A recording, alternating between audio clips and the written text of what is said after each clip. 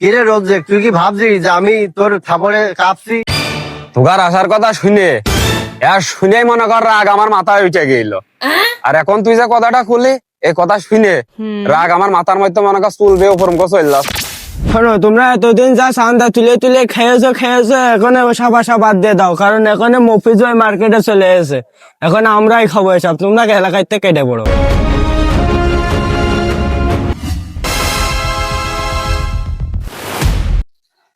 এখন কথা হচ্ছে যে আমাদের এই ওয়ার্ডে দোকান তো ধরে 50-60টা আছে। প্রত্যেকদিন 200 করে চান্দা যদি তোলা হয় তাহলে তো মনে করো আমাদের আর কোনো সমস্যা হওয়ার কথা না, নাকি বলো? না, তাহলে এটা খেয়াল রাখতে হবে যেন বাইরের কেউ এসে মস্তানি করে চান্দা মান্দা না তুলে নিয়ে যায়।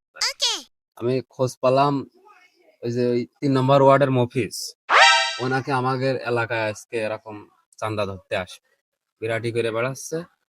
তা তোমরা সবাই একটু সাথে থেকে বিষয়টা দেখো, এখানে কিন্তু লাভ আমার একার না, লাভ সবাইরই, ঠিক আছে?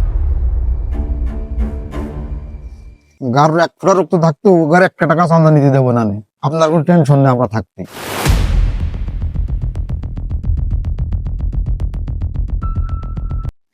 ভাই, আপনি তো এখানে মিটিং করছেন আর ওই কাশেমের দোকানে এসে মফিজ চান্দা নিচ্ছে। না, এটা তো মাইনে নিয়ে গেল না। চলো দিন যে দেখে আসি। চলো ভাই।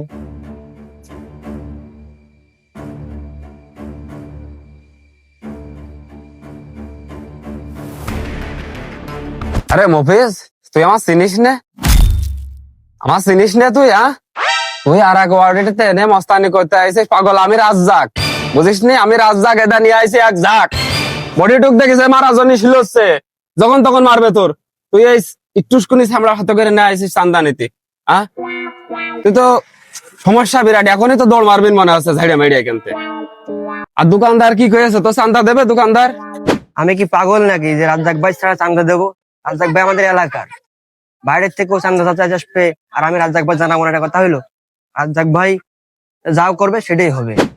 কিরে রোজে, তুই কি ভাবছিস যে আমি তোর থাপড়ে কাঁপছি? আমার লোকজন যারা ডাকছি। তোরা কোনে রে? চলে আয় সবাই।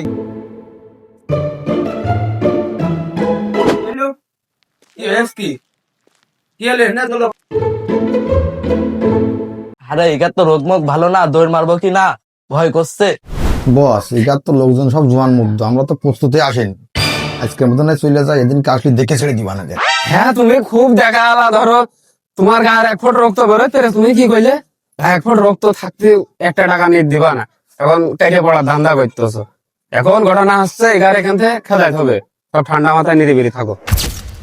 শোনো, তোমরা এতদিন যা চান্দা তুলে তুলে খেয়েছো এখন ওসব আশা বাদ দিয়ে দাও, কারণ এখন মফিজ ওই মার্কেটে চলে এসে, এখন আমরাই খাবো এসব, তোমরা এলাকায় থেকে কেটে পড়ো।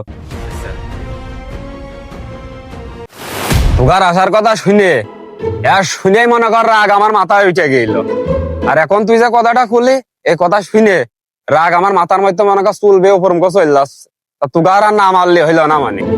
ভাই, এরা যে কথাবার্তা কথা, এগার তো না মারলে পাপ হবে, আর ছেড়ে দিলে তো গুনাহ হবে। এটা তো না মেরে যাওয়া যাচ্ছে না। খালি ঠাপ দিয়েই দে। খালি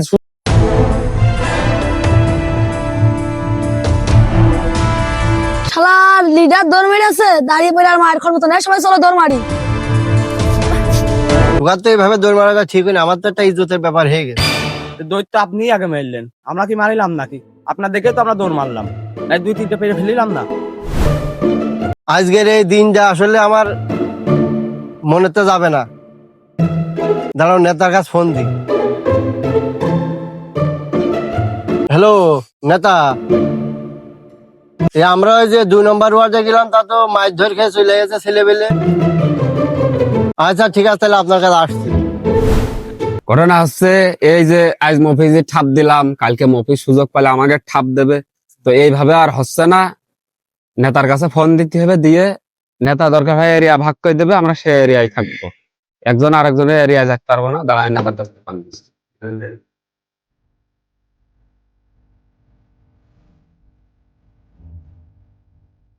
আসসালামু আলাইকুম নেতা। আর নেতা বললেন ওই 3 নম্বর ওয়ার্ডের মফিজ আইলো আমাদের এলাকায় চান্দা নিতে। তো যাই হোক, দুই কথা কাটাকাটি একটু গায়ে হাত তোলা তুলি হয়ে গিয়েছে। আপনি বিষয়টা দেখে নোজান আর আমাদের এলাকায় আসে না। ও আচ্ছা, মফিজ আপনার কাছে ফোন দিল? আচ্ছা ঠিক আছে, তাহলে আমরা আপনার বাসায় আসছি। স্যার নেতার বাসায় যেতে হবে। এবার এই এদিক চলে এসো, সবাই এদিক চলে এসো। এই যে এটাই নেতার বাড়ি। আছে এটা নিয়ে আমার চলতে, আমি তো আলাদা কোনো কাজ কাম করি না, এগারো চালাতে হয়। ওই যাই 30-50 টাকা তুলি দোকান থেকে, এই টাকাটা যাবে চললি। ওই শালার এত খিদে, ও ওর ওয়ার্ডের তে কান্দা তুলতে তুলতে আমাদের ওয়ার্ডে চলে গেছে। সে আমাদের এলাকার দোকান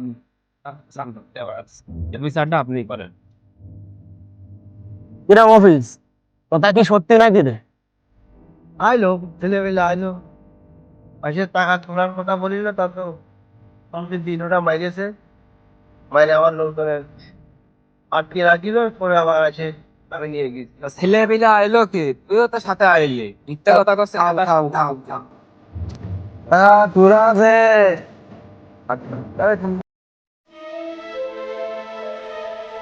কিরে, তুই আমি এই মিটিং এর ভিতরে রয়েছি, তুই ব্যাগ ম্যাগ গুছিয়ে নিয়ে কোনে যাস? তুমি এই তোমার ওই মিটিং নিয়ে থাকো, আমি চলে আসছি। আমার জন্য তো তোমার একটু সময় হয় না।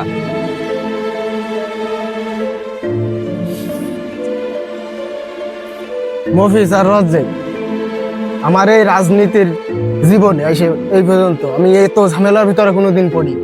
দেখছিস কি পরিবেশ, তোকার জন্য বউটা বাড়িতে চলে গেল এই রাজনীতি করতে গিয়ে। তা আমি এই রাজনীতি বাদ দিয়ে এখন তো এই বউ নীতি করবো, তোরা তোকার মতো পথ দেখ। সে বাড়া আসবেন কি আসবে না তার নেই ঠিক, এখন তো তোকার মতো থাক। দেখো আপনি এই বিচারটা করে দেন। না না, এসব আমি পারবো না রে, যা, আমার সময় নেই।